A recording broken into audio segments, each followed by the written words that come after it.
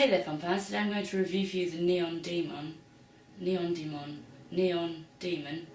know why I can't, not very good with this one.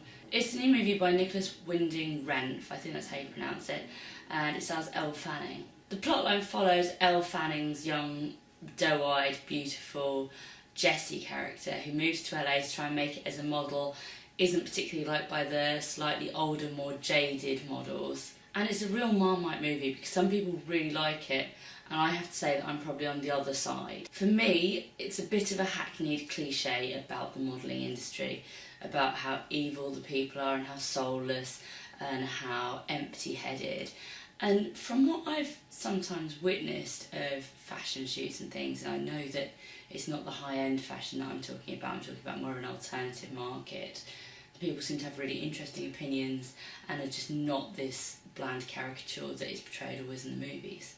However, as we've come to expect from Refn, who also directed Drive and Only God Forgives, there is fabulous neon-inspired electro soundtrack, very similar to that Drive, which I'll definitely download and listen to separate to the movie. The movie itself looks absolutely stunning, but that's kind of all there is to it. It's a bit like reading an art book or going to a gallery, which isn't a bad experience, it's just not what I want from a movie. The dialogue and acting is extremely stilted, and some people are saying that's intentional, demonstrating that everybody is stupid and vacuous and that's how they talk, but quite frankly it often feels like it's just bad dialogue and it's badly executed.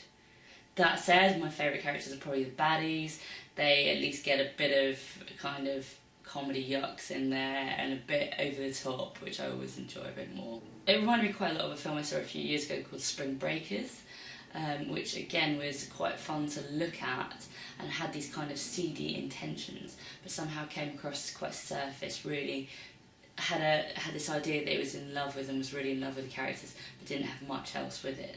Considering this is a film that has necrophilia, cannibalism, it has a lot of violence, sexual violence towards women, which is pretty shocking.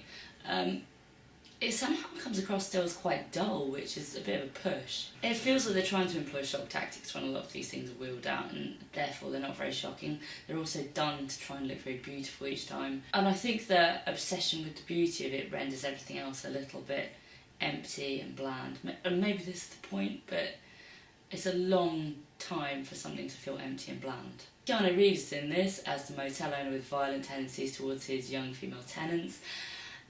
He feels like he's been roped into this to try and make him look like he's more of an actor that does serious work. I don't know if it entirely works for him. He doesn't really demonstrate his amazing acting range to me. Something really naff about that kind of like, oh look who we've got here.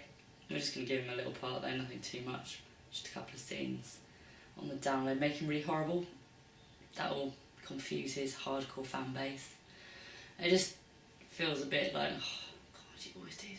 It's odd because there's two key audiences that this would probably appeal to, because there is some horror, gory stuff in there, but then there's also this pretentious art house stuff, and I think that the people that want the horror might find the art house stuff boring, and the people that find, like, are here for the art house pretentiousness, probably not going to go for the horror. I mean, there are lots of women talking to each other, so it totally passes the Bechdel test, but they're just talking about really boring stuff. It's not men. It's just boring. I didn't hate it, I just didn't really enjoy it. I found it pretentious and self-indulgent.